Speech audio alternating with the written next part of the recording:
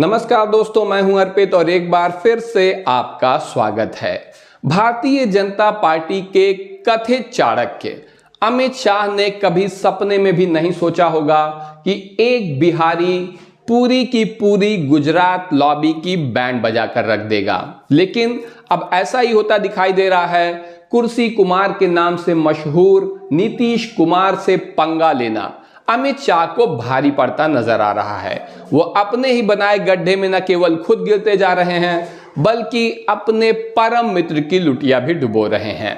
नीतीश कुमार के इतिहास और उनके तेवर को देखते हुए अमित शाह ने जेडीयू को तोड़ने का फैसला किया और उसके कई नेताओं को निश्चित रूप से अपनी पाले में खींच भी लिया था। लेकिन अब खबर आ रही है कि नीतीश ने भाजपा के ही नेताओं को उल्टे तोड़ लिया है। भाजपा के कई सांसद अब नीतीश कुमार के संपर्क में हैं, कभी भी पाला बदल सकते हैं। आपको बता दें, इसके पहले पिछले 10 दिसंबर से लगातार अमित शाह की तरफ से ऐसे बयान और ऐसे इंडिकेशन दिखाई दे रहे थे जिससे लग रहा था कि वो भारतीय जनता पार्टी का वनवास बिहार में समाप्त करना चाहते हैं। जी हां, वो भाजपा का मुख्यमंत्री बनाना चाहते हैं बिहार में, क्योंकि नीतीश पर भरोसा नहीं करती भाजपा। उन्हें लगता है कि ये कभी भी पाला बदल सकते हैं और सत्ता का सुख बिहार में मिलना समाप्त हो सकता है।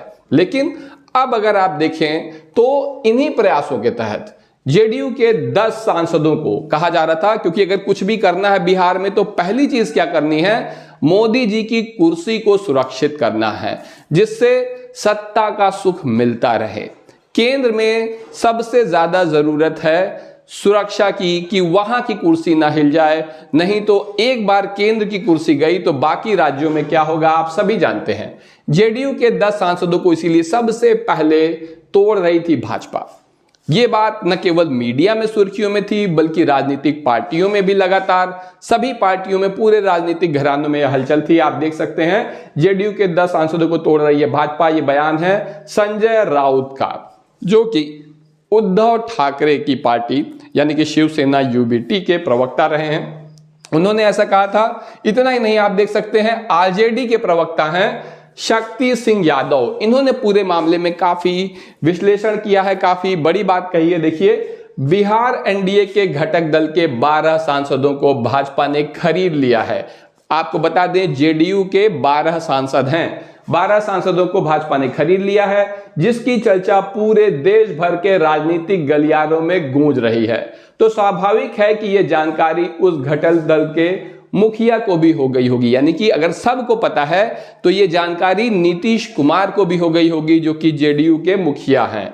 अब ऐसे में राज्य एवं देश की राजनीतिक परिस्थिति का बदलना तय ही है, यानी कि अब परिस्थितियां तो बदलेंगे ही। मैं तो पहले से ही कहते आ रहा हूं कि भाजपा हमेशा अपने सहयोगियों को ही लील लेती है। आपने देखा कि किस तरीके से भाजपा ने शिवसेना को, उद्धव ठाकरे की जो शिवसेना है, उसे तोड़ डाला। एकनाथ शिंदे आज भाजपा के साथ हैं और उनकी ही पार्टी को अब शिवसेना कहा जाता है। शिवसेना का निशान भी उन्हीं के पास है। इतना ही नहीं, खुद एकनाथ शिंदे के साथ भी क्या हुआ, उनसे भी कुर्सी छीन ली गई और आज डिप्टी सीएम बनकर महाराष्ट्र में बैठे हुए हैं। तो आपने देखा शक्ति सिंह यादव का बयान। इसके बाद आपको बता दें कि खुद नीतीश कुमार ने भी एक बार कहा था कि भाजपा ही वो पार्टी है जो जनता दल यूनाइटेड को तोड़ना चाहती है। लेकिन ये बयान आया था 2022 में, जब नीतीश कुमार साथ थे आरजेडी के।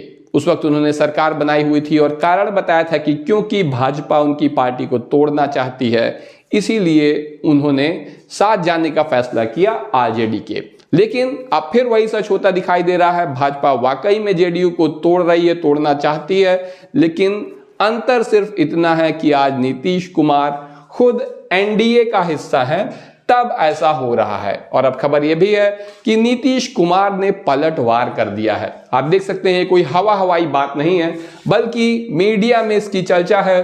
तलवार की धार पर भाजपा के आधा दर्जन सांसद। बिहार एनडीए में आजकल निर्णय का दिन, यानी कि जो भारतीय जनता पार्टी अभी तक शिकारी की भूमिका में थी, अब वो खुद शिकार बनती नजर आ रही है।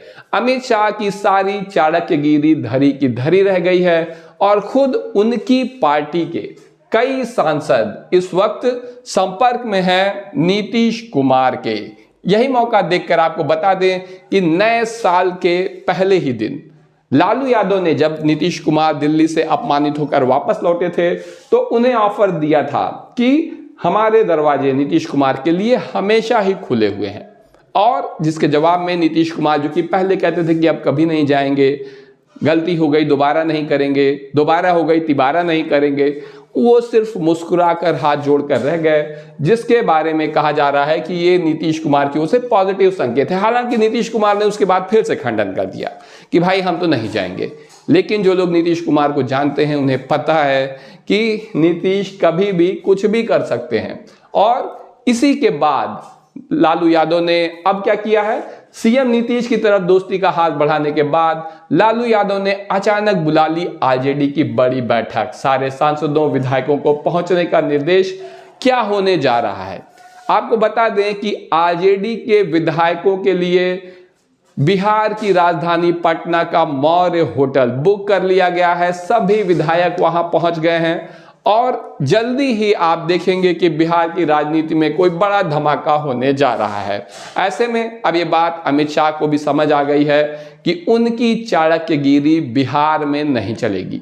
वो खुद तो गड्ढे में जा ही रहे हैं, बल्कि अपने परम मित्र की लुटिया भी डुबो रहे हैं। इस बारे में आपका क्या कहना है, कमेंट सेक्शन में जरूर बताएं। पूरे के पूरे मामले में अगर चैनल पर पहली बार आए हैं तो चैनल को सब्सक्राइब करना मत भूलिएगा। वीडियो को लाइक करिए। अभी के लिए बस इतना ही, धन्यवाद।